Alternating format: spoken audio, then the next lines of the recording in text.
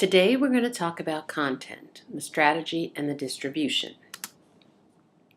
So the program manager is responsible for the content. Radio stations in smaller markets have one single employee, and they are the program manager. In TV stations, they employ usually 2 to 4 people that work in that area. The program manager has several years' experience and a college degree. The program manager has many responsibilities, including budgeting, acquisition, scheduling, evaluating, and researching data, and interpersonal skills. For radio and audio, first you need to select the format of the station after careful analysis of the marketplace, which we talked about in our last class. We use data from research. Examine such factors as the number of stations that are already in the market, their formats, the ratings of competing stations, demographics, all those sorts of things. And here are the popular formats in our country today. We look for target audiences, and we want to target sometimes existing audiences. And our prime market is ages 18 to 49. They're considered ideal for radio because radio audiences can be fickle and they change stations easily. We all do it. Even if I don't like a song that's playing on the station, I'll just switch it over to another one, and I'll do that with television as well. The challenge for radios are in targeting an audience and also maintaining an audience. It's important to develop a niche. Niche is a big buzzword this year. And that is a targeted audience that is not being served. So you're trying to find something out there that you can kind of niche into and create.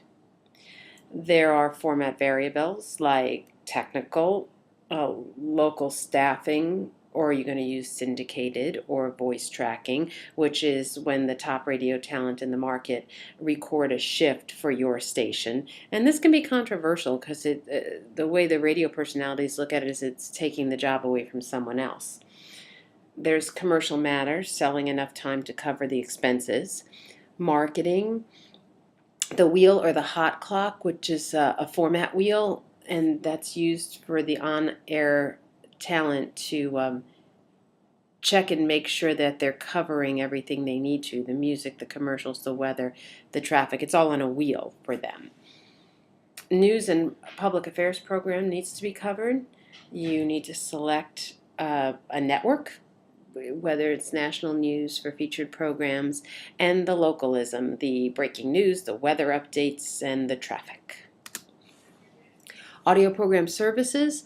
There are internet radio, cloud-based music applications like iTunes, podcasts, these are usually free, and satellite radio like Sirius XM. Television programming. To differentiate between network-affiliated stations and independent stations. So network affiliates enter into a contractual agreement with a network for access to programs. So you'll have your local ABC, NBC, and CBS affiliates, and they are in a contract with the national network or the world network now, and they utilize their programming. Independent stations are not affiliated with any of the networks. Spanish language stations cover this. The CW is an example of this. And independents get a bulk of their scheduling from syndication, which we'll talk about, local production, and news. There are several ways for production managers to get their programs. So, syndication. First-run syndication are programs offered directly to local stations. These are not reruns, which syndication used to be synonymous with reruns in the old days, but Oprah changed all that. It's creating a show and then selling it to the independent stations or anyone who's willing to buy it, in Ellen's case, and also in Entertainment Tonight's case as well. And they sell it. There's a big conference in Las Vegas every year, and a convention, and they all go and they sell their wares. And if you're willing to pay the price, you too can have Ellen on your independent network if you can afford her. Then there's the off-network syndication. These are reruns. These are shows that previously ran on prime time. They get packaged together and they get sold in groups for syndication.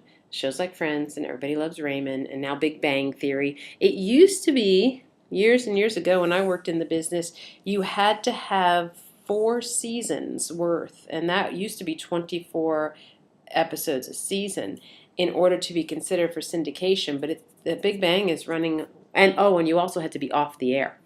So that's all changed since I've been out of the business. There's the ad hoc network, stations that affiliate in order to receive certain programming like college sports, telethons, those such things. Original programs or web or digital platforms. A lot of my friends in the business that are in LA now, they're working on a lot of these original Netflix programs and web-based programs. Then it's a great new market for everyone involved in the industry. Local broadcasting program, that's news and educational, PBS, such things. Network and programming, and the big networks, ABC, NBC, CBS, providing the largest segment of the network, 15 to 18 hours a day. Network program strategies. The television program manager uses many strategies to place the schedule of programming together. There's the lead-in. That's the best program of the night begins the primetime lineup. They figure if they sit there for that one, they're going to sit through them all. Hammocking. That's scheduling a new program between 2 established programs to try to get it to sell. Tent polling, placing a strong program at either end of a half-hour or hour interval. Counter programming, targeting a different audience from your competitors. So when Monday Night Football's on, they're going to put on a movie, a love story, so that it's a completely different kind of programming. Stunting is deviating from your regular schedule. Blunting is the network chooses to target a competitor by scheduling a program with the same demographic appeal. This would have happened, say, while Friends was on, that 70s show countered them as a blunt. And then seamlessness. Seamlessness is a transition from one end of one program to the beginning of another as if nothing ever happened. You're still watching the same thing. Network day parts. These are the different times, and I think this all is logical sense to you. Early morning 7 to 9. We usually see news and the national Good Morning America type news. Daytime 10 to 4. Talk shows, game shows, soap operas. Soap operas have sort of gone the wayside, it seems. It was one of my favorite things to watch as a kid. And I'd rush home from school to see General Hospital from 3 to 4 every day. And then there's late night, 11:30 to 1. That's the talk show circuit. And the overnight, 1 to 7, talk show, news, and creepy shows. I like to add that in. And then there's the local affiliate program, kind of works around all of that. Independent programming strategies to position themselves with a particular type of program. A combination of syndicated, movies, sports. They stack programs in blocks of time with the same genre so people keep watching. Multicasting, having a digital as well as a main channel to show their programming.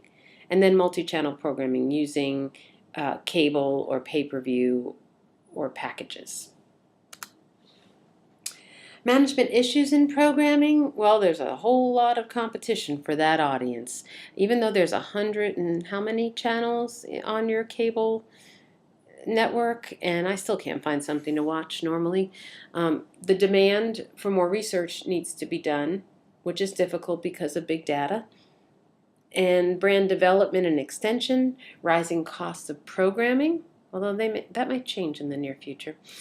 Regulatory concerns, and the multi-platform environment. So, your assignment for this week, do some research on syndication, and they're all written there and they're in your readings. Choose a syndicated show and tell what type of syndication it is, how long has it been in syndication, a breakdown of the station's markets, ratings, and success and or failures it has had. Why does this specific syndicated show work in this market and time slot? Give the demographics for the show. What other types and or markets do you think this show will work in? You can use 3 references. You should easily find those just by doing a little research on it. All of their websites should have most, if not all, of this information for you right at hand. Thank you. Have a good day.